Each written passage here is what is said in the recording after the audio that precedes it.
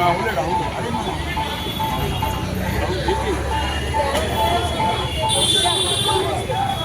বলছি তো তারও নয় তো আমি সর্বত্র 7টা ওয়ার্ডে বসাবো না, তাও ভালো। ওই টাকা নিয়ে পেয়ে যাবে আর জল বসাবো না, এটা না হলে রাহুল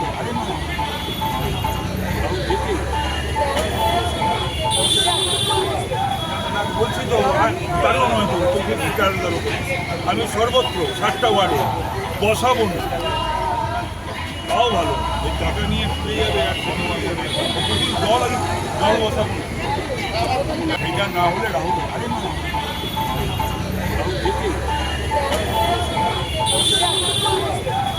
বলছি তো তারও নয় তো আমি সর্বত্র 7টা ওয়ার্ডে বসাবো না। বিজেপি এখন কোথায় আছে? গদি মিডিয়া চ্যানেলে আর হাইকোর্টে তাদের পাশে ন্যূনতম মানুষদের নেই। তার প্রমাণ পেতে হলে যে কেউ বিজেপি প্রার্থীর সাথে ঘুরতে পারেন। 1-8 ঘন্টার দরকার নেই, 5-10 মিনিট থাকলেই চিত্রটা একদম পরিষ্কার হয়ে যাবে। যেমনটা হলো উত্তর কলকাতার লোকসভা আসনে সদ্য তৃণমূল ছেড়ে বিজেপিতে যোগ দেওয়া প্রার্থী তাপস রায়ের রোড শোকে ঘিরে। এদিন 13 নম্বর ওয়ার্ডের বিভিন্ন এলাকায় বিজেপি প্রার্থীর রোড শোয়ের কথা ছিল। তার জন্য সময় দেওয়া হয়েছিল সকাল 8টা, কিন্তু প্রায় 2 ঘন্টা অপেক্ষা থাকার পর বিজেপির এই প্রার্থী আসেন এবং নামকাস্তে গান্ধী ক্লাব হয়ে গার্ডেন লেনের কিয়দংশ ঘুরে সুরিবাগান দিয়ে তেলেঙ্গা বাগানের হনুমান মন্দিরের সামনে যাত্রা শেষ করেন। কিন্তু মানুষ তো ছাড়, দলের কর্মীরাও তার সাথে সেরকমভাবে উল্লেখযোগ্য ছিল না। ফলে বিরক্ত তাপসবাবু রাস্তার একধারে দাঁড়িয়ে পড়েন এবং বিভিন্ন খামতি সম্পর্কে খেদ প্রকাশ করতে থাকেন। ঘটনা হলো, যত দিন যাচ্ছে ভোটের উত্তাপ থেকে বিজেপি ততই ছিটকে যাচ্ছে। তার মূলে হতে পারে অত্যাধিক মিডিয়া নির্ভরতা আর গোষ্ঠীবাজি। এই দলে এখন তৎকাল বিজেপি আর আদি বিজেপির সাথে ব্যাপক কোন্দল।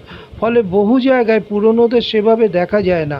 অন্য একটি কারণ হলো মিডিয়ার নির্ভরতা, যাকে তোল্লাই দিতে দিতে মানুষের সাথে জনসংযোগের বিষয়টি নেতাকর্মীদের মাথা থেকে বেরিয়ে যাচ্ছে। যারই কারণে এদিন উত্তর কলকাতায় বিজেপি প্রার্থী তাপস রায়কে গাড়িতে উঠতে উঠতে রাহুল সিনহার নাম করে কর্মীদের সামনে ক্ষোভ প্রকাশ করতে দেখা গেল।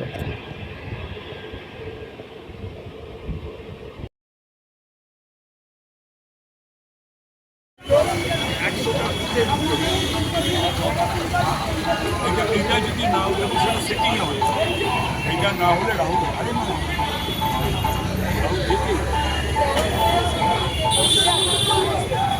বলছি তো তারও নয় তো আমি সর্বত্র 7টা ওয়ার্ডে বসাবো না, তাও ভালো। ওই টাকা নিয়ে পেয়ে যাবে আর জল বসাবো না, যা হবার হবে। সেটা আমি কাল মিটিং নেবো, নিয়ে বলে দেবো যারা পদে পাই তারা বসুন।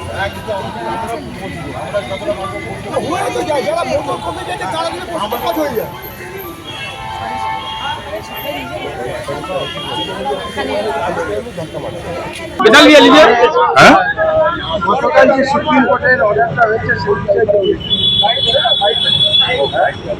মানে এই তো লজ্জার বাংলার লজ্জা, যে বিশ্ব বাংলা টাংলা আজকে সারা বিশ্বে সারা ভারতবর্ষে এই শিক্ষায় এই যে দুর্নীতি চাকরি বিক্রি, এটা আমাদের সকলের মাথা হেঁট করে দিয়েছে। এই লজ্জা রাখবো কোথায়, ঢাকবো কোথায়? তো বলেই আসছি, আর কতবার বলবো, সন্দেশখালীতে দুর্বৃত্তরা, জলদস্যুরা, দস্যুরা, তাদের পাশে পুলিশ প্রশাসন দাঁড়িয়েছে, মাননীয় মুখ্যমন্ত্রীও দাঁড়িয়েছে। তো শেখ শাহজাহানদের সরকার, শেখ শাহজাহানদের শাসক দল,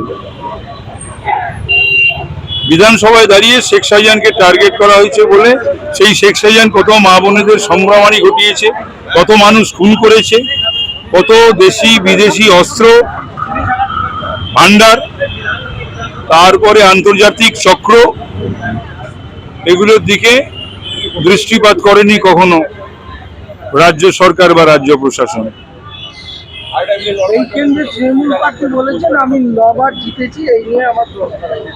না, এটা আপনি বোধহয় ঠিক বলছেন না, 9 বার তো যেতেনি। তো বিধানসভা মিলে বলে ওটাই তো ওর কাল হলো, যে 9 বার জিতে মানুষের পাশে যায়নি, মানুষের কাছে যায়নি, মানুষের জন্য কিছু করেনি। এই অহংকারই তো ওর দর্প এবার উত্তর কলকাতার মানুষ চূর্ণ করবে। ওইখানটা ওপরে একটু বলতে